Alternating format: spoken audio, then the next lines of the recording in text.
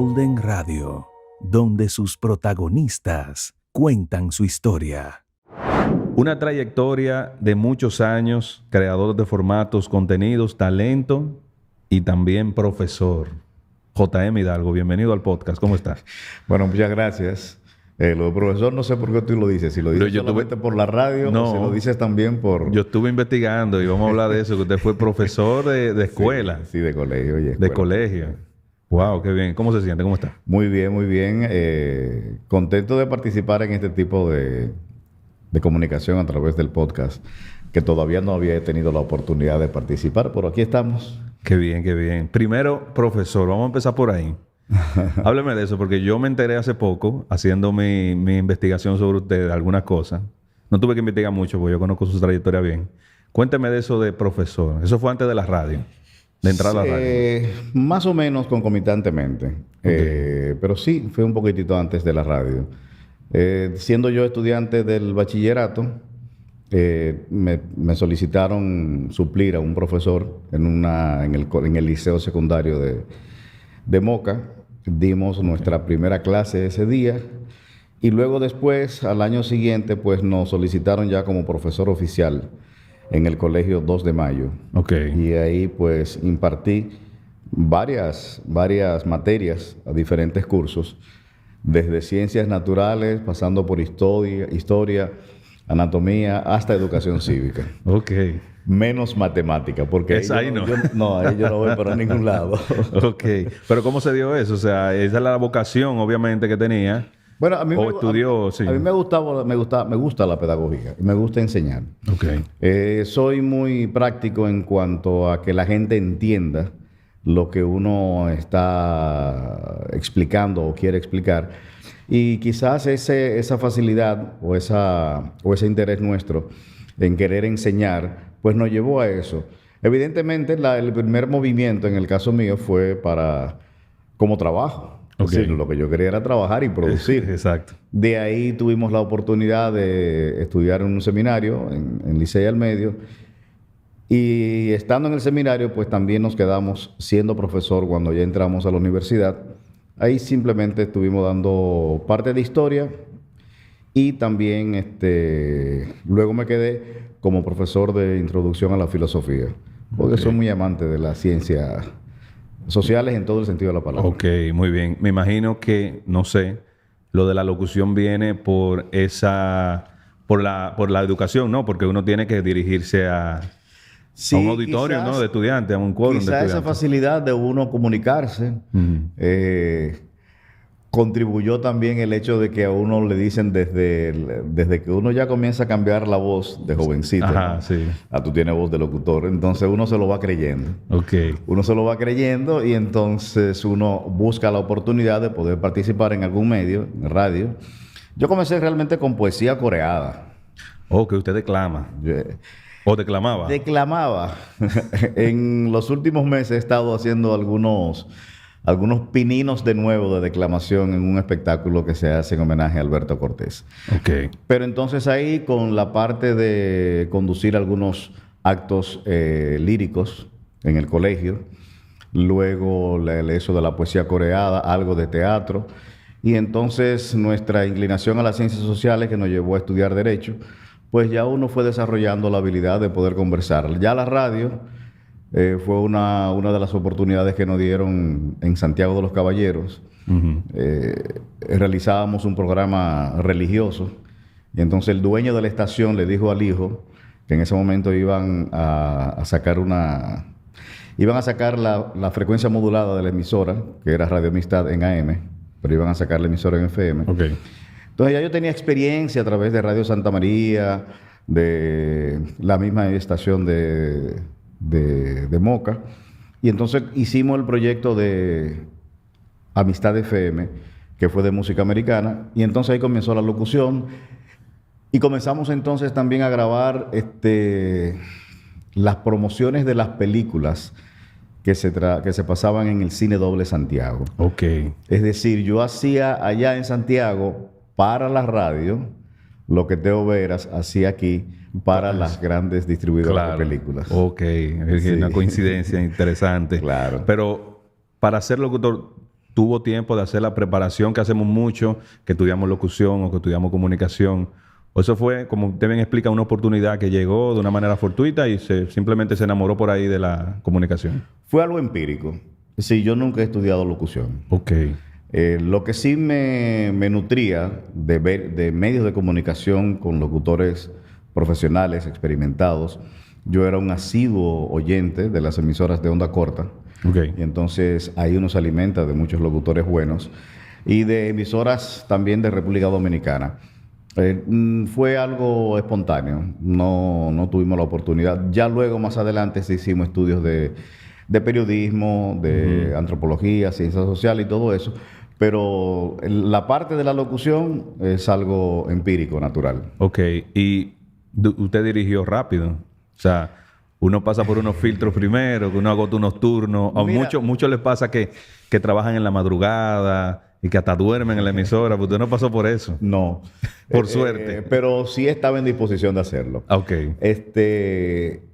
Realmente yo no he sido locutor de cabina nunca. O sea, el que anima la música, DJ, No, como nunca, dicen. nunca. Mi participación en cabina de radio fue en programas ya producidos, programas de contenidos formales. Ok. Algunos programas especiales de música que sí logramos hacer, por ejemplo en Santa María, unos especiales que hicimos de música, pero no como disc jockey, no como locutor en cabina de radio, en cabina musical. No, eso no. La oportunidad que tuve más fue en producción, en los estudios de grabaciones, donde me dediqué desde que llegué, bueno, desde antes de venir aquí a Santo Domingo, yo lo que hacía era producir programas. Ok. Y producir comerciales, etcétera, etcétera, pero no como locutor musical. Ok. Cuando te dije que estaba en disposición de amanecer, fue que cuando tomé la decisión de venir para Santo Domingo, yo me reuní con unos amigos que vivían aquí y que yo quería que ellos me acogieran para yo mudarme Sí. y poder trabajar aquí. Y entonces yo no tenía... El único contacto aquí sólido que yo tenía era con Teo Veras. Entonces le dije a Teo, mira Teo, yo vengo para acá, para la capital. ¿Y qué contacto? Quiero venir para la capital, yo trabajo a la hora que tú quieras, a las 4 de la mañana, a las 5 yo amanezco. No hay problema. Lo que quiero es salir de Santiago ya, de Moca, y venir para la capital. Ok. Al mes y algo que yo le dije eso, yo terminé de mi año escolar. Estaba dando los exámenes, precisamente exámenes finales, en el colegio. Y le dije a Teo, mira Teo, vengo la semana que viene para acá, para la capital. Ya. Teo me dice, suena como las 2 de la tarde, qué sé yo, o las 11 de la mañana, no recuerdo. Me dijo, tú te puedes quedar, déjame hacer una llamada. Y hizo una llamada, tú te puedes quedar hasta las 5 de la tarde. Yo le dije que sí. Te estoy hablando del año 80, 79, 80. En esa época, viajar al Cibao, mentira, después de las 4 de la tarde no había transporte. Era casi imposible. Era una bola que había que tomar, quizás. Era en bola, porque la parada del Cibao estaba en la San Martín y los vehículos que salían, no habían autobuses, no habían guagua, Eran habían carritos. carros privados Sí. que hacían ruta del Cibao a Santo Domingo. Y ya a esa hora no había. Ya ellos venían en la mañana y se iban en la tarde temprano. Entonces, pero me quedé. Y ahí fue donde tuve la oportunidad de conocer a Waldo Pons, el dueño de la X. Ujú. Entonces me ofrecieron dirigir la emisora, la X. Teo era quien estaba encargado de ella, pero ya Teo estaba en Radio Universal y estaba comenzando el proyecto de Radio Central, Ok. que era de noticias también. Y entonces, bueno, me ofrecieron el trabajo y evidentemente... acepté. Como director de la X102. Yo llegué como director. Ok. La coincidencia fue que a la semana, yo le dije, deme en una semana, pues yo no puedo ahora, yo tengo que dar los exámenes en el colegio, y entonces vengo en una semana, vengo el lunes que viene, yo vengo para acá. En esa semana, mi hermana con su esposo se mudaron aquí a la capital y encontré dónde alojarme.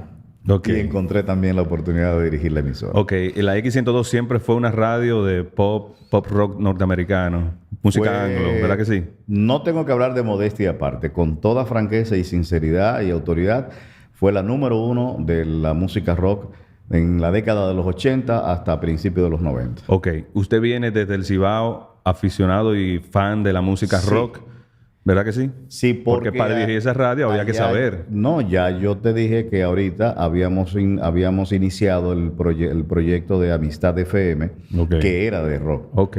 Y fui yo que lo inicié junto con Junior McDougall, que actualmente es el dueño. Ok, muy bien. Su experiencia en la X102 fue casi desde cero, aunque Teovera lo inició.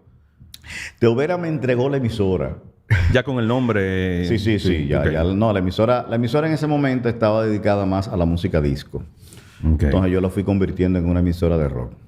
Ok. A la semana o al mes le digo, Teo, ¿qué tú quieres que yo haga? Porque de ahí en adelante hablábamos pocas veces, Teo y yo. Sí. Y yo, Teo, ¿qué tú quieres que yo haga en la emisora? Dice, no, ponte a trabajar, haz lo que tú quieras. Esa emisora, tú eres el que tiene que hacer las cosas. Yo no sé, haz lo que tú quieras. Ok. Entonces de ahí en adelante comencé a inventarme muchas cosas, programas especiales. El Hit Parade de la X fue nuestra idea. Sí, claro. El hecho de ponerle animación a la programación que no tenía. No tenía. Apenas teníamos 2 programas los domingos que eran con animación, que eran el de los Beatles, el Sgt. Pepper's Lonely Heart Club Band, y estaba Constellation. Uno era Blandino, Ramón Blandino, creo que se llamaba, y el otro era Camilo Casanova, Ok, muy bien. que hacían los programas. Luego ahí integramos a Brian Lucas, a Mike Romero, Alex Solo, Marta Mi Niño, etcétera, etcétera. Wow, Mike Romero. Me encantaba Mike Romero. Sí, sí. Y qué raro que en ese tiempo usted nos dijo, déjeme yo coger un horario y hacer un programa que sea de música, no sé, yo un formato. Yo no soy muy dado. Yo la única experiencia que tuve así formal de trabajar en cabina y diario fue en La Nota Diferente, en el programa que yo tenía de 5 a 7, que era el Happy Hour, Ok. que fue el primer programa en la tarde de 5 a 7, donde teníamos noticias, comentarios. era un y show. música. Era una revista, Ok, era un perfecto. magazine. Ahora que usted menciona la Nota Diferente 95.7, para mí usted fue el precursor del rock en español en la radio de la capital, por lo menos de la capital. ¿De dónde le surge la idea? El proyecto de la Nota Diferente vino desde cero con usted le puso el nombre. Cuénteme un poco la historia de todo ese proyecto. Mira, ya en la X, gracias a conocer la producción de Miguel Ríos, Rock and Ríos, Sí. yo vi la calidad de sonido que tenía esa producción, que fue grabada en vivo, evidentemente con ingenieros ingleses. Sí, no, otra cosa. Entonces, el sonido me cautivó, la voz del propio Miguel Ríos, la banda que tenía y todo eso. Y entonces empecé a colocar par de discos en español en la X. A Waldo no le gustaba mucho esa idea de rock en español, pero me permitió sonar a Obús, otra de las bandas de rock pesado, de heavy metal, Ok. española. Ahí dimos a conocer a Miguel Bosé, al Grupo Mecano. ¿A quién más recuerdo? No, bueno, en la X fueron pocos lo que yo pude introducir. Luego yo tenía un programa de televisión Sí. que se llamaba Telerritmo. Ok. ¿En qué canal? En Telesistema. En Telesistema. Ok. Sí, porque en Telesistema yo era el encargado de producción del canal También. en cuanto a las promociones y todo eso. Ok. Yo era la voz y el que editaba las promociones. También. Todo. El todólogo ahí. Yo desde el texto inicial hasta la titulación final Wow. lo hacía en Telesistema. Y todo luego- eso empírico. Empírico. Wow. Y Bien. luego de ahí pasamos a Teleantillas también a la producción cuando ya Corripio había adquirido el canal. Entonces yo renuncié de la X para quedarme con mi programa porque me daba cuenta que 1 hora de programación a la semana del canal me tomaba mucho tiempo en la producción y además me era más productivo. Entonces me quedé trabajando en Telesistema y haciendo el programa de televisión en Telesistema y Teleantillas. Entonces ahí Manuel Corripio me llamó. Ellos al adquirir Teleantillas me dijo que tenían la FM de HJB, no sabían qué hacer con ella. Era de música clásica. Y música Claro, en ese instrumental. tiempo la FM no tenía era- la... Bueno, ya sí eran el- comerciales. sí, ya era ya sí, comercial. ya sí. Ya en esa época, porque ya ahí estaba Radio Cima, Universal, La Misma Z, en cuanto a música popular. pero también estaba la X, Radio Listín, la Roca, Bueno, ya había la ya... 91, la Super también. Ya era emisora de música rock. Entonces yo le dije a Manuel que el proyecto que yo tenía para radio era de rock en español. Ok. Nadie estaba poniendo rock en español aquí. No, aquí no se Nadie. conoce. Tan solo lo que yo te mencioné ahorita y quizás uno o dos más, que también lo poníamos en la X. No se pone en ningún sitio aquí, rock en español. Ok. Y entonces a él le gustó la idea. A tal punto de que nosotros comenzamos la nota diferente, que fue nuestra creación. Todo el concepto de la nota, el nombre y todo fue nuestra creación. Y a él le gustó y comenzamos la emisora con discos personales de él, Ok. que él tenía en su casa. Muy bien. Entonces comenzamos ahí, comenzamos a adquirir. En ese momento hubo una muy buena producción de rock en español en España, sobre todo, en Argentina, en México en también. Chile. En México, pero no tanto. No tanto, ok. Porque los mexicanos son muy nacionalistas y entonces el corte que ellos tenían era muy amexicanado, Ok, muy bien. para usar un término. Pero sí, ahí empezamos a sonar rock latino, todo lo que se conoce hoy en día y lo que ya no están sonando. Desde Carlos, ¿cómo se llama? Carlos Sainz. No, Carlos Sainz es el corredor. Bueno, desde Miguel Ríos. Carlos Sainz. Miguel Ríos. En Argentina está... Joaquín Sabina. Sí. Ya dije Miguel Bosé, pero ahí Miguel hablo Mateos, argentino, sí. Duncan Du, el último de la fila, Hombres G, Los Inhumanos, Ana Belén, Víctor Manuel. Sí. ¿Quién más? ¿Cómo se llama el italiano? Eros Ramazzotti. Y luego latino, Témpano de Venezuela. Todavía Maná no estaba en el ambiente. Todavía no estaba Maná. Le iba a preguntar por Maná. Más adelante es que viene Maná. Viene más adelante también Fito Páez. Pero todavía en la época en que iniciamos la nota diferente, ellos no estaban a la altura de los discos que nosotros colocábamos. ¿Cómo creó el nombre? La nota diferente. Un nombre muy particular y muy bueno para una Mira, radio. ese era el eslogan realmente. Oh. El nombre es HI 95.7. Oh, mire, eso es un dato muy interesante. El nombre es HI 95.7. Yo no quería, La nota diferente. yo no quería ponerle radio fulanito o qué sé yo Sí, qué FM, exacto. fulano de tal FM. No.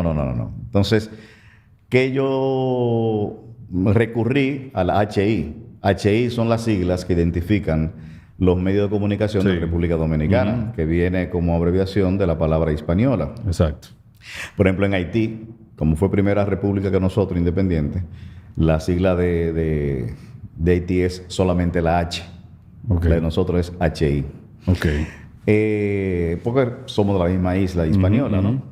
Entonces, digo yo, pero bueno, HI incluso es la sigla que identifica como medio de comunicación y de transporte a los aviones. Los aviones se identifican HI, entonces tienen unos números. Muy bien. Entonces yo para identificar que esa HI era de un medio de comunicación, nada mejor que la frecuencia de la emisora que te ubicaba el lugar exacto y quién tú eras. Entonces HI 95.7 era un medio de comunicación en frecuencia modulada situado en los 95.7. Muy bien. Entonces ya precisamente ahí yo noté que era diferente. Ok, claro. Entonces de ahí vino la nota diferente. Qué bien. En ese aspecto, pero era más por la programación musical, que era totalmente... Los artistas que sonaban en la nota diferente en esa época no sonaban en ninguna emisora. Ninguna. O sea, que quería escuchar esos artistas, tenía que poner Tenía la que nota ponerla- diferente. y estaban descubriendo artistas nuevos y Sí. buenos. No, y locales también. Y sí, no, ya los locales yo le Vino daba después. un apoyo. Sí, se le daba. No, le daba un apoyo muy especial desde la X. Por Ok. ejemplo, a los Brahmins, a Empifis, a New Page. Caoba Azul también Caoba sonó. Azul de esa Muy bueno. época. ¿Quién más? Bueno, sí, lo mismo varios. Toque Profundo también. Toque Profundo, claro. Toque Profundo. Roy Tabaré. Ujú, sí. Pero ya eso comenzamos en la X, porque en la X nosotros éramos los patrocinadores del festival de rock que se hacía aquí en el Dominico Americano, Ok. que se hacía cada año. Perfecto. Eso fue su trayectoria en la radio. ¿Hubo otras estaciones que tuvo la oportunidad de crear, de dirigir desde cero? Bueno, dirigí parte por un tiempo a Radio ABC, luego estuve en CACU 94, pero como gerente general. Estuve No en como CACU. director de programación. Bueno, ya tuve después que ser director porque el que era director había renunciado. Entonces me quedé dirigiendo la estación y como gerente general del Canal 23 y CACU 94 y otra emisora que teníamos también en La Vega. Ok. Pasemos a la parte de la locución comercial. Usted es un gran locutor comercial. Creo que de los más destacados de aquí. ¿Cómo llegó eso? Eso también en conjunto, mientras dirigía radio, llegaban las oportunidades para grabar. ¿Fue voz de marcas, ya como locutor de marca oficial? Mira, Háblame un poco de todo eso. comenzó, diría yo, que en Santiago. Ok. Haciendo los anuncios de las películas. De las películas, correcto. Las personas se dieron cuenta de las diferentes modalidades en que yo hacía los comerciales y entonces comenzaron a buscarme para anuncios. Ya aquí en Santo Domingo, a través de la X, comenzaron a escuchar mi voz y sobre todo, la gran catapulta en esa parte que tú dices comercial de voz fue Telesistema. Quien escuchó las promociones de Lobo del Aire, Wow. Los Siete Magníficos. Yo no viví esa época porque estaba muy pequeño, pero no, eso es los fue tan 80. famoso que yo recuerdo Claro. lo que fue el Lobo del Aire. El Mundo del Juguete en sus inicios. Wow. La Euromotors. Es decir, todos los grupos, las empresas que Euromotors, pertenecían al grupo Corripio, yo era la voz que le identificaba. Ok, sí. Entonces, las películas, las novelas, Cristal, La Dama de Rosa, en Telesistema, Porque usted era encargado de grabar esas promociones o era la voz del canal. todo. Ok, muy bien. Yo la producía desde... Todo. La producía, la grababa, la editaba y La pautaba, todo. Menos la pauta. ¿no? Ah, La ok. pauta no, pero Bueno, pues faltaba eso nada más. Entonces ahí la gente comenzó a escuchar la voz mía, ya a nivel nacional, en Telesistema. Ya Telesistema comenzaba a escuchar, a verse fuera de Santo Domingo, porque al principio era un canal eminentemente local, del Distrito Nacional. Ok. Entonces ahí ya la parte comercial, pues nos fue identificando y comenzamos a hacer eso. Pero vuelvo y te repito, comienza en Santiago. Comenzó en Santiago. Sí, sí. También fue muy conocido sus comerciales, o que puso de moda también la transmisión de las carreras de automovilismo Ajá. en la radio y en la televisión. Sí. Se puso de moda eso muchísimo para un Bueno, target importante del nosotros país. fuimos los primeros, estando yo en la X, de transmitir boletines informativos sobre las carreras que se hacían en la cumbre. Pero no tan solo en la cumbre. Yo fui uno de los primeros que tuvo celulares aquí. No porque yo tenía dinero para comprarlos, sino porque la compañía que nos patrocinaba las transmisiones... Codetel. No era Codetel. era una compañía privada. Ok.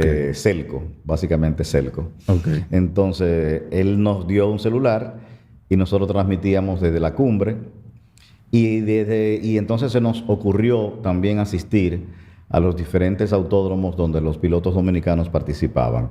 Estamos hablando de Costa Rica, Panamá, a Venezuela no llegamos a ir, y a Miami. En Miami Grand Prix sí nosotros fuimos varias veces, porque ahí estaba la participación de Luis Méndez, Adriano, Tony Canaguate, Manen Méndez, etc. Okay. Y entonces transmitíamos desde allá las carreras, no en transmisión continua, sino boletines. Y luego, entonces, tuvimos la oportunidad, dentro de todo eso que te estoy hablando de la nota diferente, la X, sí, son muchas cosas, Teleantillas, todo eso, ahí nos llega la oportunidad de dirigir AME. AME 47. Exacto. ¿Cuándo empezó AME? No, después, ¿quién estaba como...? Cuando tuvo la pegada AME. Después, no, porque al principio estuvo... se me fue el nombre. Aracelis Melo. Aracelis Melo, en paz descanse, claro. Después de Aracelis, entonces, creo que hubo otra persona y después fui yo. Okay. Entonces, estando ahí en AME, Juan López y unos socios construyen el Autódromo de las Américas. Claro. Entonces, como Juan sabía que a mí me gustaba la carrera de carro y que yo había participado en esos eventos, nos habíamos visto ya en el Miami Grand Prix, entonces me propuso que él necesitaba una persona que se encargara del autódromo como gerente. Y para bien o para mal, me fui para el autódromo como gerente general, durante un par de años y me alejé de los medios de comunicación, radio y televisión. Ya Ok. no hacía nada. Hasta que volví por Kaku 94 y Telefuturo, que me llamaron para dirigir esos medios. Ok. Entonces, ya ahí sí comenzamos a transmitir las carreras completas. Por televisión, básicamente. Yo recuerdo esos comerciales que usted hacía. Yo hacía Era esos muy bueno. Uno le daba deseo de ver la carrera. Por como usted lo narraba. Eso lo hacía yo hasta, ¿cómo te digo yo? Hasta la cámara la cogía yo. Todo. De camarógrafo hacía. Mire, pasando... Bueno, ha hecho muchísimas cosas en la radio, en la comunicación, en la grabación. Pero hay algo que yo creo que... Estoy seguro que usted es el único, porque estuve investigando, el único que se le ocurrió decir, bueno, yo voy a... Como soy locutor, yo quiero un récord Guinness. y se puso a... Digamos que a emprender esta hazaña de hacer 80 horas hablando por radio. Sí. ¿Cómo se dio eso? ¿Cómo le llegó la idea? ¿Y por qué?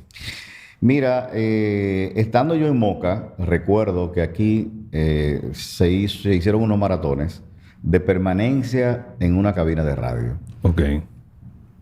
David Santamaría Maggiolo y Willy Rodríguez hicieron unos maratones de permanencia en cabina. Creo que Willy duró como una semana y pico, no sé, dentro de una cabina.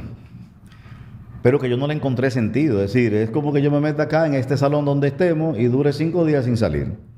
Sí, y cada exacto. media hora yo doy la hora.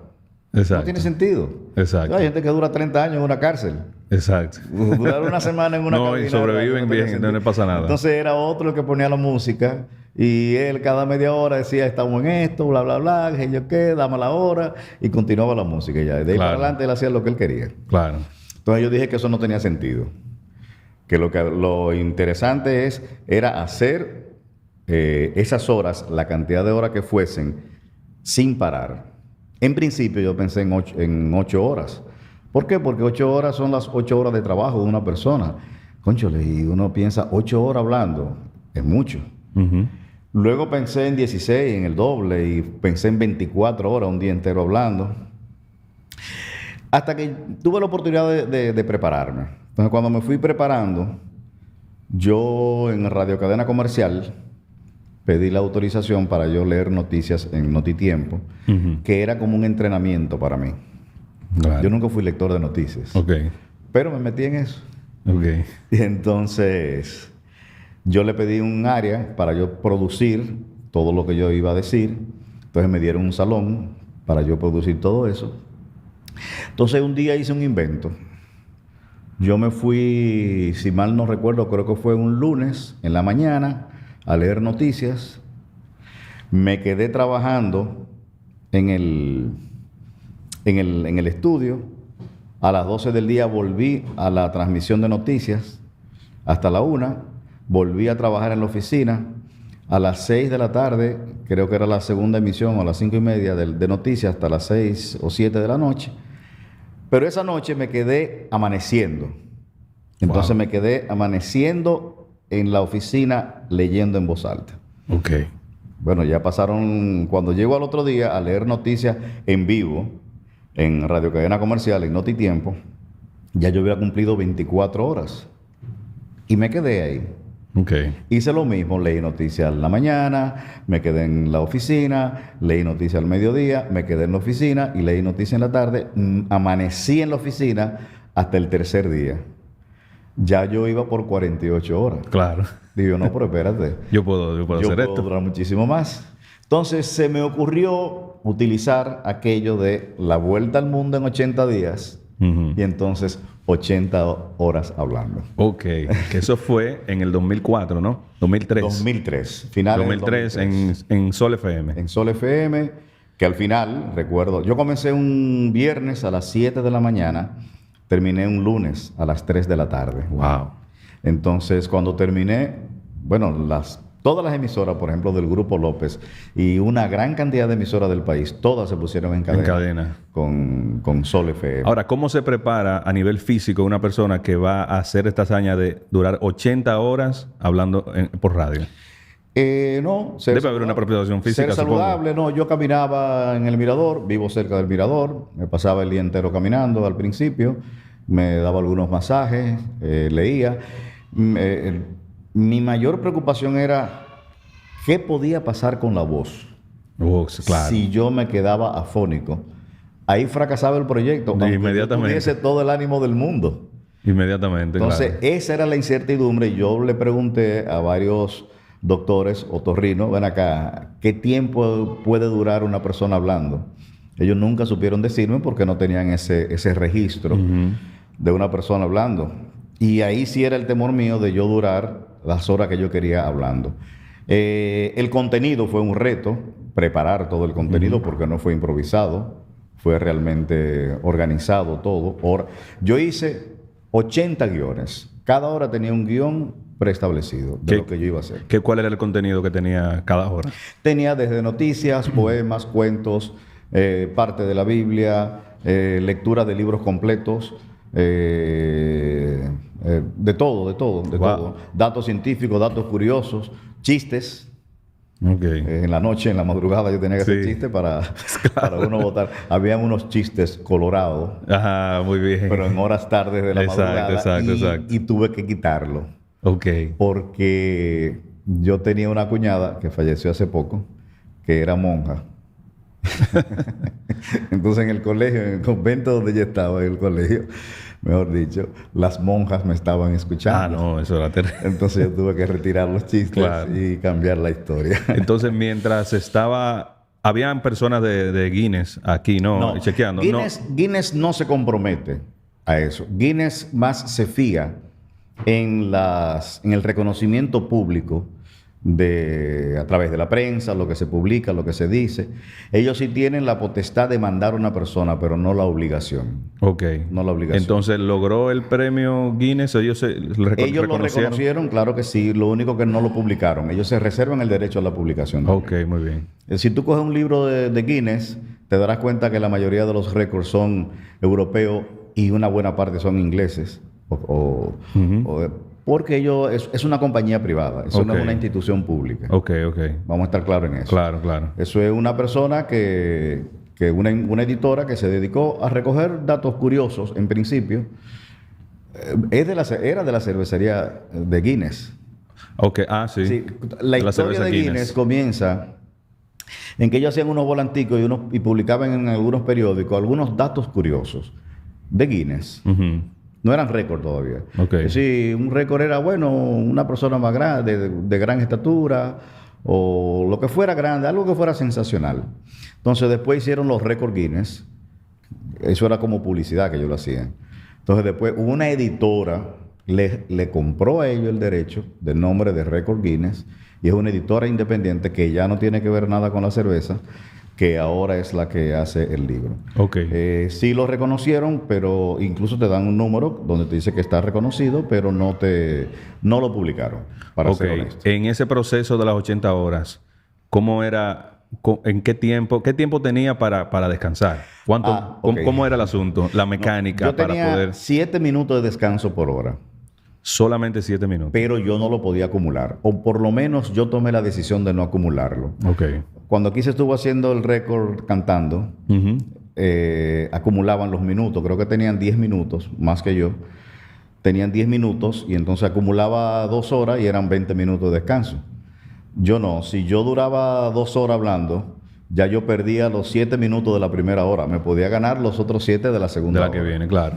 Y cada 8 horas sí tenía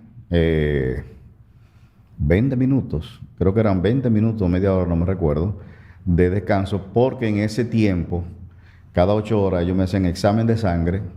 Yo me bañaba, me cambiaba, y entonces era el único momento que yo tenía de descanso.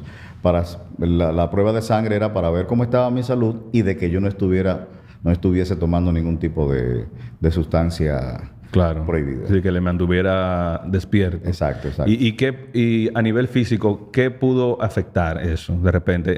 Hubo un momento como que ya usted no conoce a nadie. Claro. O que ya las palabras se está confundiendo, está divariando un poco. Hay un momento en que yo te veía a ti, sabía que te conocía, pero yo no sabía cómo tú te llamabas.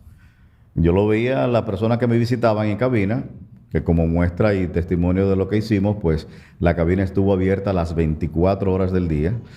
Y entonces yo veía a una persona, pero yo no sabía quién era. Sí, creo que la conozco, pero no sé quién es. Sí, claro. Ese uno.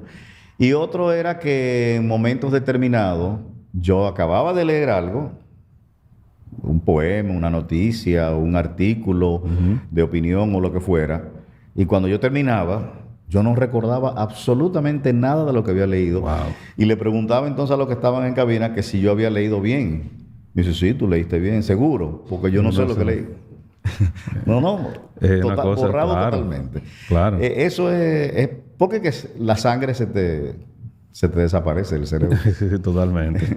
Mire, pasando a la radio de nuevo, ¿qué herramientas se tenían antes para producir, programar y trabajar radio que ya no se tienen?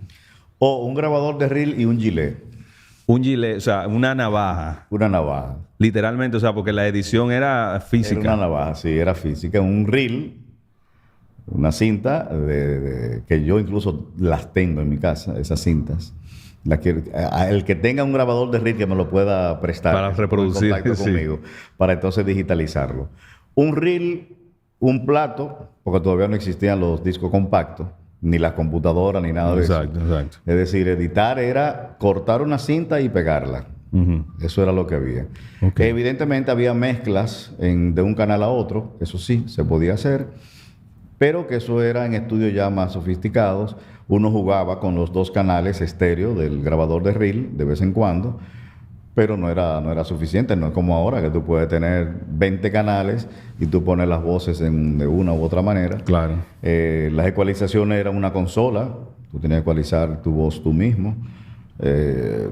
Todo era manual, nada como ahora digital y eso. La radio hablada, supe que el contenido hablado era lo que se hacía en AM, básicamente, que se ha traído a la FM. ¿No era así? No, al contrario. Todo lo Explíqueme musical eso. comienza en AM. La FM se utilizaba, la frecuencia de FM se utilizaba como enlace entre el estudio de la emisora que estaba en la ciudad y la antena que tenía que estar en una zona despoblada, porque la antena de AM emite radiaciones. Entonces, la antena de AM tiene unos radiales. Es decir, el tamaño, cuando tuve una antena de AM, bueno, las de antes, estamos Las de hablando. antes, sí. El tamaño de una antena de AM es proporcional a la frecuencia en la que tú trabajas. Entonces, una emisora como Radio ABC, que es la primera en el dial, en AM, tiene la antena más larga de todo el país. Ok. Y luego las otras van bajando de tamaño Ok. por la frecuencia. Entonces, Ok. ese tamaño que tú ves de la antena de AM, en el suelo, en la tierra, tiene unos radiales, 360 radiales, 365, 360, no recuerdo. 365 y pico de radiales así alrededor de la antena, que salen de la antena, y eso produce fuerte radiación y electricidad. Entonces esas antenas no podían estar en la ciudad. Y incluso tiene que estar cercado porque, por ejemplo, un animal que se acerca o una persona que se acerca a una antena puede morir. Ok. Puede dar un shock. Entonces, la frecuencia de FM se usaba para enlazar la cabina con la antena. Los receptores, los radios, no tenían FM. Esa frecuencia no se utilizaba. No se utilizaba. Lo que tenía era AM, onda larga, onda corta y onda media. Entonces tenía AM, tenía onda corta y onda media. Ok. Entonces, después empezaron a aparecer radio con FM. Entonces, al aparecer la radio con FM, comenzó a proliferar las estaciones. Lo que sí tenía buena la FM era lo siguiente. Bueno, la AM tenía una ventaja por encima de la FM, que es el alcance. Si una emisora en AM te llega mucho más lejos que una y FM, hasta fuera del país. porque la FM transmite lineal. Entonces, si tú tienes, por eso que la colocan en lomas, para que pueda llegar más lejos la señal. Y tiene también una mejor calidad de sonido. Sí, le hablo de la radio hablada y con gran explicación. Y usted no es ingeniero. O sea que cuando viene a ver, ¿usted es ingeniero? ¿Usted es ingeniería también? Ah, bueno. Porque pareciera que sí. Es el impacto que ha tenido desde hace un tiempo ya la radio, el contenido hablado. Y hoy en día mucho más con el podcast que viene de ahí. Comienza la radio hablada ya, te diría yo, que en los años 70 y pico, cuando comienzan a desaparecer las dictaduras. Ujú. Okay. Cuando ya comienzan a desaparecer las dictaduras, entonces la radio se torna un poquitito más social. Digo un poquitito más social porque no era todo. Ahí todo se desarrolló, las emisoras con música de todos los calibres. Y entonces comenzaron también los programas sociales a comentar la actualidad. Ya las noticias eran más liberales, los noticiarios eran más liberales. Y entonces donde primero se comienza esa parte de programas hablados es en los Estados Unidos, básicamente. Okay. Luego en la parte en español, en España. Okay. En España se hizo un buen trabajo. Y luego es que viene aquí. Cuando viene aquí, ya la mayoría de las emisoras en España eran habladas. Okay. La música comenzaba a quedar en un segundo plano por los diferentes intereses políticos, empresariales, que entonces necesitaban tener voces dando opiniones con respecto a su política de trabajo, etc. Claro, claro. El vínculo político en la radio es un factor imprescindible para la misma, ¿entiende usted? En República político. Sí, aquí en República Dominicana. Mira, va a sonar feo, pero sí. Porque las mejores buenas emisoras que salieron en República Dominicana, que se crearon en República Dominicana, todas tenían, o la mayoría, para no ser categórico, la mayoría tenían vínculos políticos. Okay. O fueron exmilitares de un régimen tal. Y con eso te estoy hablando desde, en la parte democrática nuestra, que es desde cuando Balaguer, la mayoría y las mejores emisoras la tenían reformistas.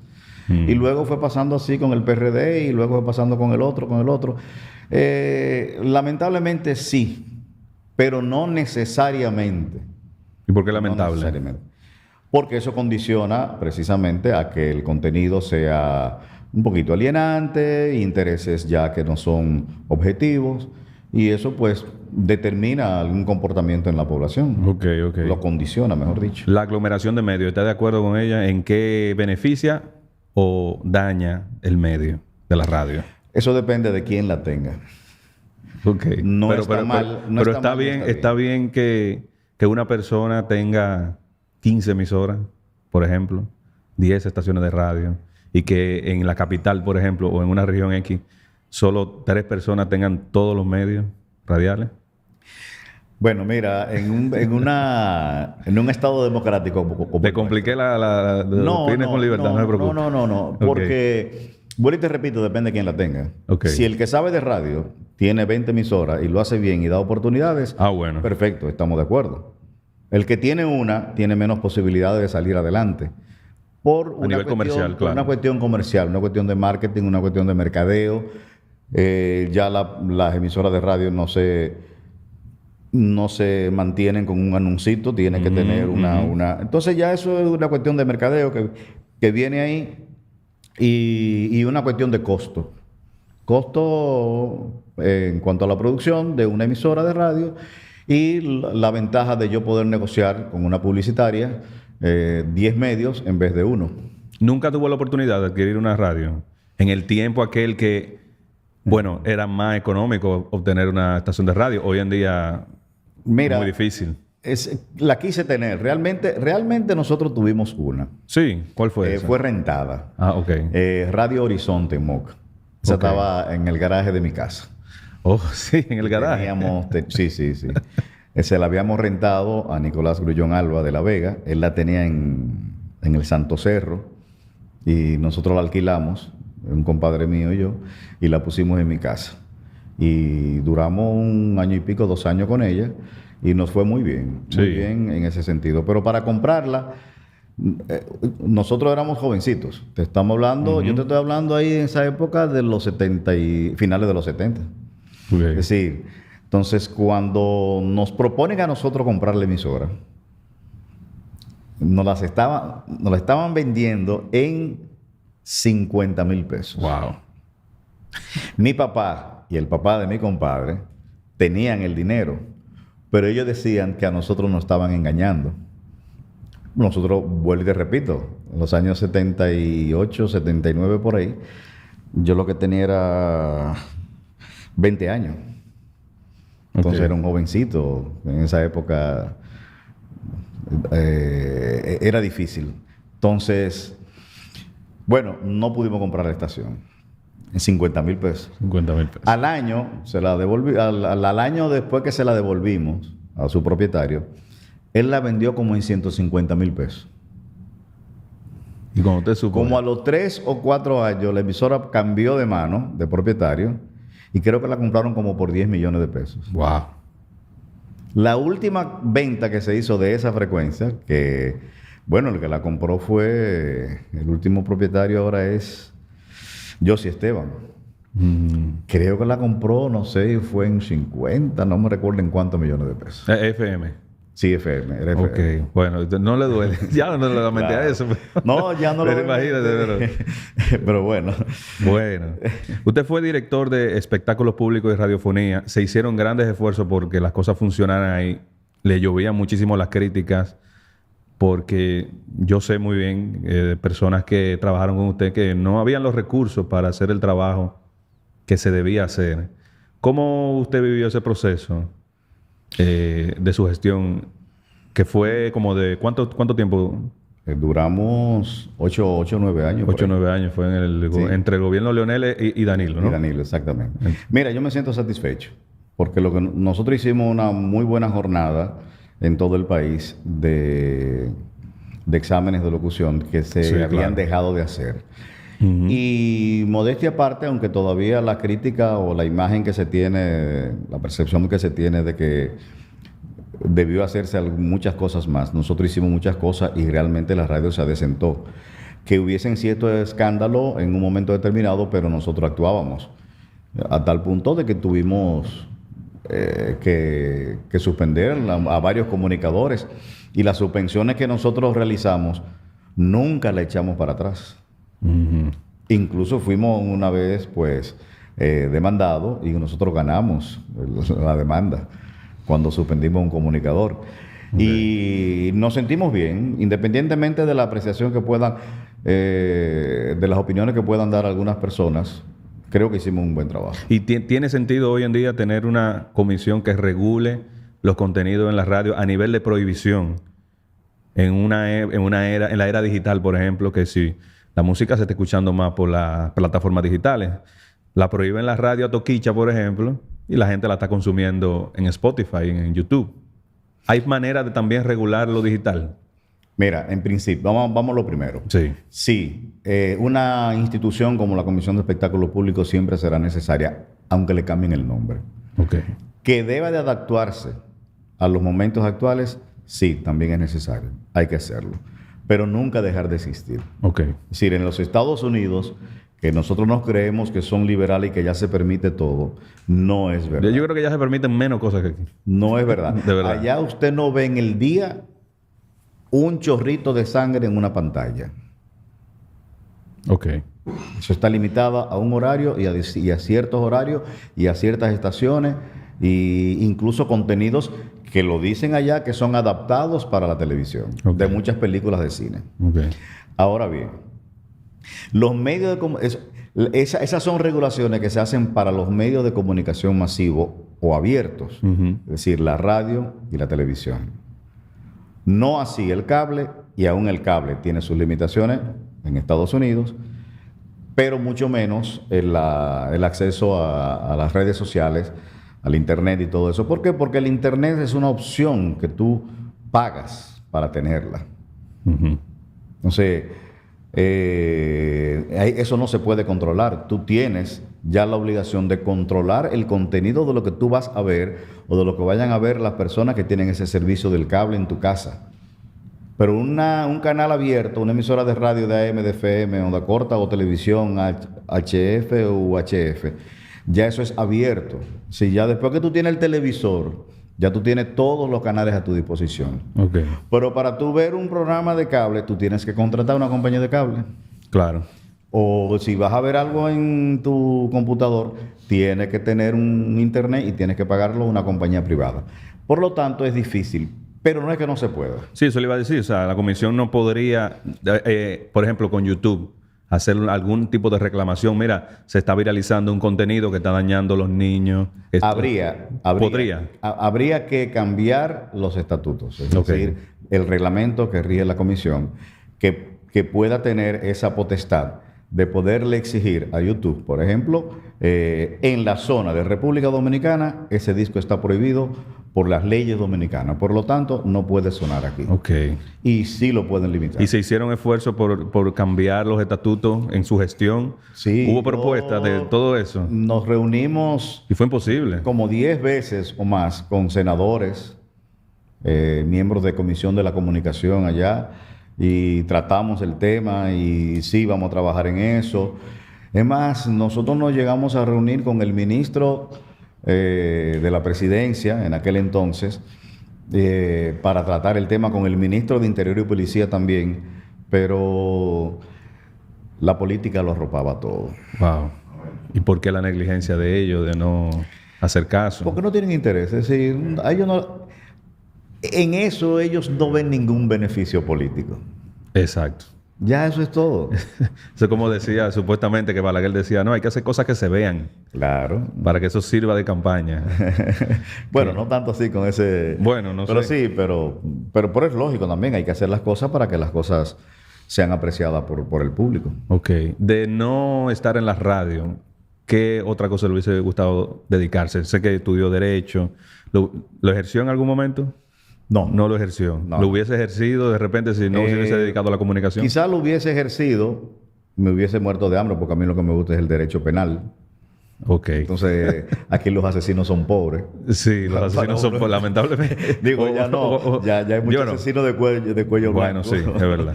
Pero me gusta más el penal, el procesal penal, el público, porque precisamente por eso de la litis. Ok. Me encanta eso. Y lo otro que me hubiese gustado ser es o psicólogo o filósofo. Ok. Perfecto. ¿Y la radio está fuera de los medios de hace un tiempo? ¿Hay algún proyecto que le interese o que esté creando ahora mismo, que esté pensando o soñando hacer en este momento? No, solo estoy produciendo el programa Glosa, que se transmite por AME, Canal 47, los domingos a las 10 de la mañana. La parte política, la parte de comentario, la parte de análisis es lo que más me interesa ahora mismo.